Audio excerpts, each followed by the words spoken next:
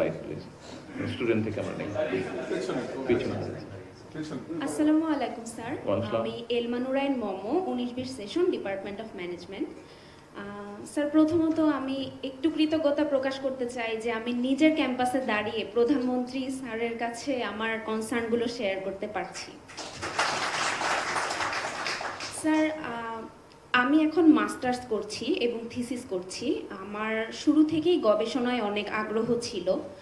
তবে আমি ঢাকা ভার্সিটিতে, এটা তো আমরা সবাই জানি যে এটা one of the most influential universities বা সবচেয়ে ভালো হিসাবে হয়তো বা কনসিডার করা হয় অনেক সময়। তবে আমি শুরু থেকে একটা প্রবলেম বা চ্যালেঞ্জ যেটা ফেস করেছি যে আমাদের রিসার্চের ব্যাপারে বা গবেষণার ব্যাপারে আগ্রহ থাকলেও আমাদের এটার জন্য যে আনুষঙ্গিক বিষয় আশয় আমাদের দরকার বা আমাদের যে মানসম্মত যে ডাটাবেসগুলো যেমন স্কোপাস বা ওয়েব অফ সায়েন্স, যেগুলো থেকে হয়তো বা আমরা ইনফরমেশন অ্যানালাইসিস করতে পারি বা রিসার্চ গ্যাপটা আইডেন্টিফাই করতে পারি, সেগুলোতে আমাদের অ্যাক্সেস নেই। এছাড়া আমাদের অ্যানালাইসিস টুলগুলো সম্পর্কেও সেভাবে ট্রেনিং বা অ্যাক্সেসের সুযোগ নেই। এটা ছিল আমাদের প্রথম চ্যালেঞ্জ। এবং দ্বিতীয়ত যেটা, যে আমাদের ইন্ডাস্ট্রি ডাটা কালেকশনের জন্য ইন্ডাস্ট্রি স্পেসিফিক যে ডেটা আমাদের দরকার, যেগুলো থেকে হয়তো বা আমরা আমাদের ফাইন্ডিংসগুলো বের করতে পারতাম, সেখানে আমাদের অ্যাক্সেস নেই।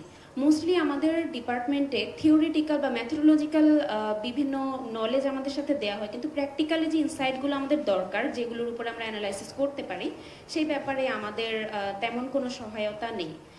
তবে ব্যক্তিগত পর্যায়ে আমার ডিপার্টমেন্টে আমাদের টিচাররা কিছুটা সহায়তা করেন, তবে লার্জ স্কেলে সকল স্টুডেন্টকে হয়তো বা এই ব্যাপারে ইনক্লুসিভ ফিল করানো যায় না বা ইনক্লুড করা যায় না।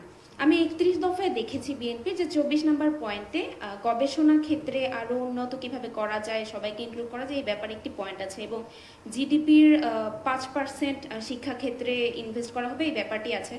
তবে আমার অনুরোধ থাকবে যে গবেষণায় কিভাবে আমাদেরকে আরেকটু সুযোগ সুবিধা বা আমাদেরকে আরেকটু কিভাবে ফ্যাসিলিটেট করা যায়, এই ব্যাপারে যদি একটু উদ্যোগ নেওয়া যায়। ধন্যবাদ স্যার। ধন্যবাদ। কি নাম বললে? এলমা নুরাইন মমো। মমো, প্রশ্নটার একটা পার্ট খুব সম্ভব বোধহয় ভিসি সাহেব ভালো দিতে পারবেন। আচ্ছা, তবে আমি যতটুকু পারছি আমি সেটা বলছি। যেমন আজকে সকালে কিন্তু আমি বলেছিলাম আমার বক্তব্যে, যে এখানে যেটা আমি উপস্থাপন করেছি, আমি এইভাবে বলেছি যে আনফর্চুনেটলি হলেও, ব্যাপারটা আনফর্চুনেট, বাট ঢাকা ইউনিভার্সিটির বলতে আমরা যা বুঝি, স্বাভাবিকভাবে ইউনিভার্সিটির আনফর্চুনেটলি ইন্টারন্যাশনালি র্যাঙ্কিং এর মধ্যে পড়ছে না। র্যাঙ্কিং এর মধ্যে না পড়ার বোধহয় অন্য একটা মূল কারণ হচ্ছে যে আমরা এখানে যেভাবে আসলে টিচার নিয়োগ হওয়া উচিত ছিল, খুব সম্ভবত অতীতে সেভাবে হয়নি টিচার নিয়োগ। যেটা আমরা শুনেছি দূর থেকে, আমি যেটা শুনেছি বা যতটুকু দেখেছি, পত্রপত্রিকা পড়েছি, এখানে পলিটিক্যাল বায়াসনেসটাকে বোধহয় বেশি প্রায়োরিটি দেওয়া হয়েছে, অনেক বেশি বায়াসনেস এটা এটা এটা প্রায়োরিটি পেয়েছে। আমরা যদি যে প্লিজ হাবিব, আওয়াজ হচ্ছে, আমরা যদি টিচার অ্যাপয়েন্টমেন্টের ক্ষেত্রে রেজাল্ট দেখে, মানুষের মেরিট দেখে টিচার দেয়, আমি মনে করি এই অবস্থাটার পরিবর্তন করা সম্ভব। এর বাইরেও টিচারদের বেলায় বা ইউনিভার্সিটির বেলায় আমরা দেখেছি যে পাবলিকেশন দরকার হয়।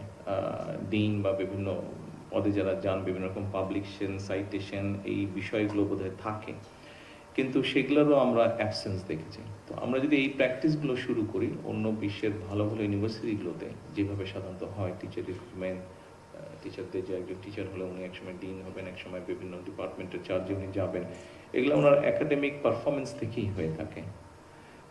এই বিষয়টা আমি ভিসি সাহেবকে অনুরোধ করব যে এই বিষয়গুলোতে যাতে আমরা সামনে গুরুত্ব আরোপ করি। Thank you.